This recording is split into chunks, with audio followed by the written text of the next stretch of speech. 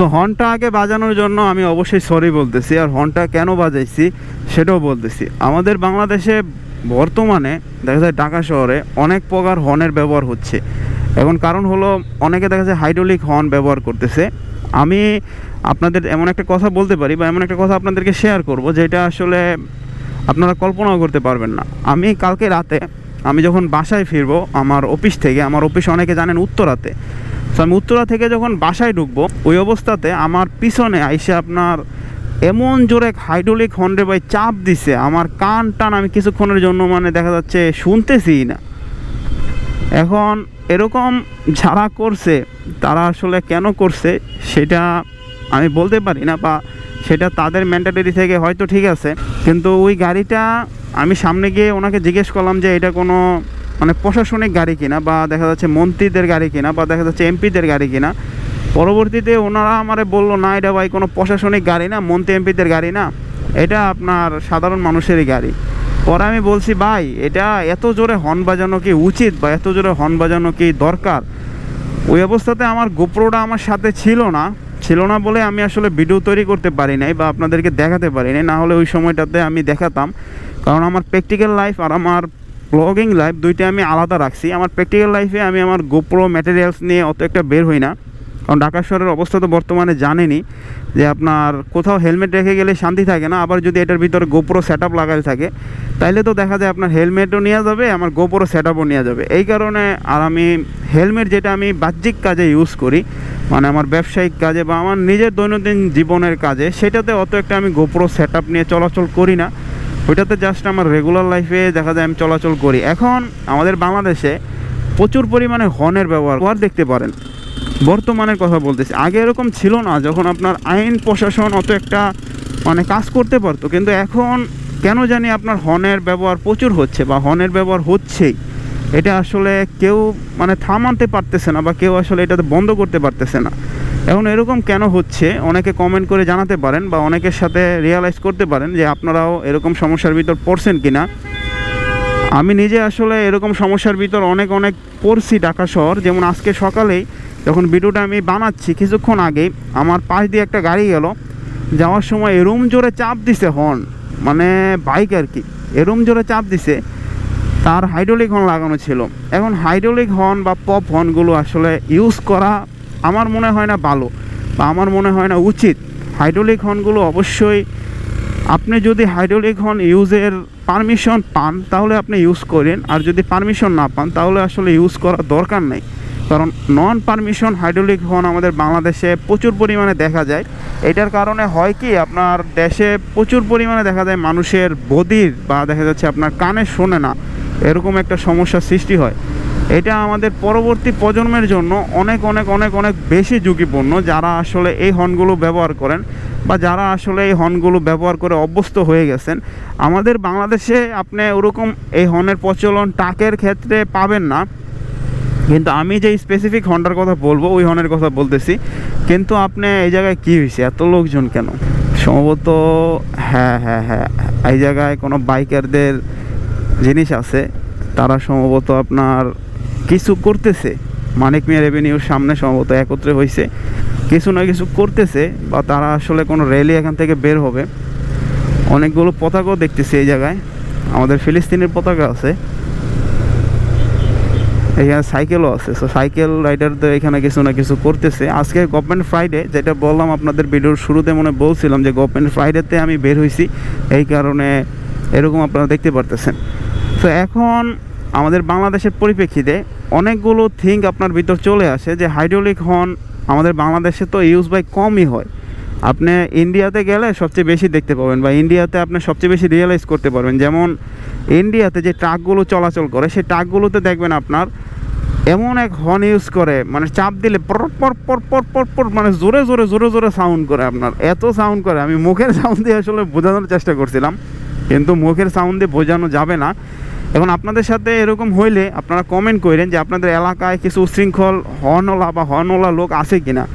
এখন এরকম লোক যারা এরকম কাজগুলো করে থাকে তাদের আসলে কিছু বলার নাই, কারণ আমাদের বাংলাদেশে দেখেন আপনার এত ছোট্ট একটা দেশ, বা ঢাকা শহর এত ছোট্ট একটা নগরী, এই জায়গায় একবার গভর্নমেন্ট বলছে যে আপনারা হর্ন কম ইউজ করবেন এয়ারপোর্ট রোডটাতে, তারা ওই রোডে যায় হর্ন বেশি ইউজ করে, আমি যতটুকু আর কি দেখছি। কারণ এয়ারপোর্ট রোডের ওই সাইডটাতে হয় কি আমার রেগুলারই চলাচল করতে হয়, আমার অফিস যেহেতু নিজের ব্যবসা প্রতিষ্ঠান যেহেতু উত্তরাতে, অফিস না তো ব্যবসা প্রতিষ্ঠান, সো ওই জায়গাতে আমার মনে হয় এয়ারপোর্ট রোডেই বেশি হর্ন ব্যবহার হয়, বা এয়ারপোর্ট রোডেই হর্নের ব্যবহারের সংখ্যা সবচেয়ে বেশি আমরা দেখতে পাই বা আমি দেখি। কারণ এয়ারপোর্ট রোডে কিন্তু আপনার 2 কিলোমিটার হর্ন একদমই টোটালি নিষিদ্ধ গভর্নমেন্ট থেকে। কারণ ওই জায়গায় হর্ন ব্যবহার দরকার পড়ে না বা প্রয়োজন পড়ে না, এই কারণে গভর্নমেন্ট নিষেধ করছে। কিন্তু এয়ারপোর্ট রোডে আমি ব্যক্তিগতভাবে হর্ন সংখ্যা কিন্তু এয়ারপোর্ট রোডেই বেশি পাই, আদার্স রোড থেকে এয়ারপোর্ট রোডেই বেশি পাই। এখন অযথা হর্ন আমাদের দেশে বাজানোর প্রবণতা, এটা আমাদের বাইকার ভাইদেরও আছে, এটা আমাদের গাড়ি যারা চালায় ওই ভাইদেরও আছে, বা অনেকের আসলে থাকে। এটা আসলে পরিহার করতে হবে। আপনি যে স্থান থেকেই আপনি ভিডিওটা দেখেন না কেন, আপনার হয়তো আপনি ঢাকাতে থাকেন না বা আপনি বাংলাদেশেই থাকেন না, কারণ এইটা কেন বলছি, কলকাতার অনেক লোক আমার ভিডিও দেখে, আমি তাদের কমেন্ট পাই মাঝে মাঝে, ভালো ভালো কমেন্ট। সো আপনি কোন জায়গা থেকে দেখছেন এটা কমেন্ট করে আপনিও জানাতে পারেন যে আপনার নির্দিষ্ট স্থান কোথায়, বা আপনি কোথা থেকে আমার ভিডিওটা রেগুলার দেখেন, তাইলে আমি বুঝতে পারবো যে আপনি কোথা থেকে স্পেসিফিক ভিডিওটা দেখেন। যেমন কলকাতার কিছু লোক আমার কমেন্ট করে যে দাদা আপনার ভিডিওটা ভালো লাগে, আপনার ভয়েসটা ভালো লাগে। আসলে আমি জানি না আমার ভয়েসটা ভালো কি না, কারণ ভিডিও তৈরি করতেছি বা ভিডিও তৈরি করতেছি আমার শখে। এখন শখ বলতে আমি বাইক চালাতে পছন্দ করি, তো বাইকটা নিয়ে বের হই মাঝে মাঝে, দেখা যাচ্ছে ফ্রাইডে বিভিন্ন গভর্নমেন্ট হলিডেতে, তখন আপনাদের জন্য কিছু কথা শেয়ার করি, যে জমানো কথাগুলো আমি বলি। আর আমি ভিডিও কিন্তু রেগুলার শ্যুট করি না, যারা আমার ভিডিও একবার রেগুলার দেখেন, আমি রেগুলার ভিডিও শ্যুট করি না। আমি সপ্তাহে 2 দিন 3 দিন 4 দিন সর্বোচ্চ বা 5 দিন সর্বোচ্চ ভিডিও শ্যুট করছি এখন পর্যন্ত। আসলে রেগুলার শ্যুট করা আমার সাথে এখন পর্যন্ত হয়ে ওঠে নাই, কারণ আমার বিভিন্ন কাজ টাজ আছে, তো মানে দেখা যাচ্ছে আমার পারিবারিক কাজ, আমার অফিসিয়াল কাজ, আমার ব্যবসায়িক কাজে বেশি আমার সময় দিতে হয়। কারণ ওইখান থেকে আমি বেনিফিট হই, ওইখান থেকে আমি প্রফিট মার্জিন বেশি গেইন করতে পারি, ওইখান থেকে আমি লাভবান বেশি হতে পারি, বা ওইখান থেকে টাকা পয়সাও আমি বেশি পাই। এই কারণে ওইখানে আমার তো যেহেতু আমার ইউটিউব থেকে কোনো ইনকাম হয় না, বা ইউটিউব থেকে আমি কোনো টাকা পয়সা পাই না, এই দেখেন কোনো সিগন্যাল না দেয়া ধাস করে ঢুকিয়ে দিচ্ছে। মানে ওই মেয়ে নিয়ে চালাইতেছে, ওর দেখাতে হবে না আমার পিছনে মেয়ে আছে বা আমার বাইকে পাওয়ার আছে, এটা আমার তো শো করতে হবে। আর এই যে ছাপড়িগুলো গেল, কোনো লুকিং গ্লাস নাই, কিছু না। এগুলো আমাদের বাংলাদেশে ঢাকা শহরে বিশেষ করে সবচেয়ে বেশি আপনারা দেখতে পাবেন। এখন আসেন এই হর্ন বাজানো কী করে পরিহার করা যায়। এটা যদি আমাদের প্রশাসন আইন করে যে হর্ন আপনি যদি বেশি বাজান বা আপনার যদি হাইড্রোলিক হর্ন পাওয়া যায়, তাহলে আপনার বড় ধরনের জরিমানা আপনাকে দিতে হবে, তাহলে এটা অনেক ভালো। আমার যতটুকু আমি বুঝি বা আমার ছোট্ট জ্ঞান থেকে আমি অতটুকু বলতে পারি। এখন হাইড্রোলিক হর্ন বাইক হোক, ট্রাক হোক, বাস হোক, কখনও কোনো জায়গায় ইউজ করা ভালো না। কারণ এই হাইড্রোলিক হর্নগুলোর কারণে মানুষ বদি হয়ে যায় অল্প দিনে, দেখা যাচ্ছে আপনার বয়রা হয়ে যায়, কানে শোনে না, এরকম অনেক সমস্যাই মানুষ পড়ে, যেটা আসলে আমরা আমাদের পরবর্তী প্রজন্মের কাছ থেকে বেশি রিয়েলাইজ করবেন, বা যারা আসলে বাচ্চা জন্ম হয় তারা বেশি বলতে পারবেন যে আমরা যখন জন্মগ্রহণ করছি, আপনার বাবা মা, আপনার দাদা দাদি, ওই অবস্থা দেখবেন যে আমরা যখন জন্মগ্রহণ করছি বা আমাদের আগে মানুষ যারা জন্মগ্রহণ করছে, তাদের কিন্তু এই সমস্যাগুলো হতো না, বা তাদের কিন্তু কানে অনেক বড় বড় প্রবলেমগুলো পড়তো না। আমি বিশেষ করে একটা জিনিস রিয়েলাইজ করতে পারি, আমার এক আত্মীয়র ভিতরে, আমি আপু বলি, অনেক আগে থেকে আপু বলি, তার যখন বিয়ে হয়েছে, তার বিয়েও আমি খাইছি, তারপর ওনার ছেলে মেয়ে হয়েছে, ছেলে মেয়ে হওয়ার পর ওনার ছেলে মেয়েটা একটা দেখি আপনার 2টা জমজ হয়েছিল, একটা দেখি আপনার কানে মানে মেশিন লাগানো। পরে আমি জিজ্ঞেস করলাম, পরে উনি বলে যে এটা জন্মের পর থেকে ওর এই সমস্যাটা আছে। আমাদের বাংলাদেশে নয়েজ পলিউশন প্রচুর, তো সো নয়েজ পলিউশনের কারণে এই সমস্যাটা ওর জন্মের পর থেকেই হয়েছে। এখন এটা যদি গুটি কয়েক মানুষের জন্য, একটা ছেলের বা একটা আসলে লোকের দেখা যাচ্ছে পুরো জীবনের বিষয় হয়ে দাঁড়ায়, আপনি হর্ন ব্যবহার করার ফলে যে একটা মানুষের জীবনের পুরো জীবনটাই তার এটা নিয়ে পার করতে হবে, সেটার দায়ভার আমার মনে হয় আপনাকেও দিতে হবে কোনো একদিন। হয়তো আপনি পৃথিবীতে দিবেন না, কিন্তু পরপারে আপনাকে অবশ্যই দিতে হবে এটার দায়ভার, বা পরকালে আপনাকে অবশ্যই এটা জবাবদিহি করতে হবে যে কেন আপনি অতিরিক্ত রাস্তাঘাটে হর্ন বাজাইছেন।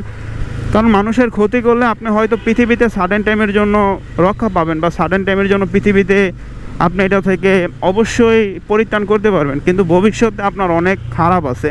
এখন আমি যদি এটার পিছনে সিএনজিকে সিগন্যাল দেওয়ার জন্য হর্ন বাজাইতাম তাহলে পারতাম, আমি কিন্তু ডিফার ইউজ করছি। সো আমাদের ডিপার ইউজ করার প্রবণতা অত একটা নাই। রাতের বেলা টুকটাক হাই রোডে ইউজ হয়, কিন্তু রাতের বেলা যখন দেখবেন আপনারা কক্সবাজার যান বাস দিয়ে বা কক্সবাজার যান গাড়ি দিয়ে, দেখবেন ওই টাইমে প্রচুর হর্ন বাজায়, বাস থেকে ট্রাক থেকে প্রচুর পরিমাণে হর্ন বাজায়। আসলে হর্ন বাজানো আমাদের বাঙালিদের রক্তের সাথে মিশে গেছে, এটা আসলে পরিহার করা যাবে না। আমি আপনার যতই বলি এটা আসলে কখনো পরিহার করার মনে হয় না বিষয়। So thank you for watching. সম্পূর্ণ ভিডিওটা দেখার জন্য অনেক অনেক ধন্যবাদ। অবশ্যই কমেন্ট করে জানাবেন ভিডিওটা কী করে ডেভেলপ করা যায়। একটি করে লাইক দিয়ে দেবেন। লাইক, কমেন্ট, সাবস্ক্রাইব, শেয়ার এগুলো করতে কোনো টাকা পয়সা খরচ হয় না, কিপটেমি করে কী করবেন।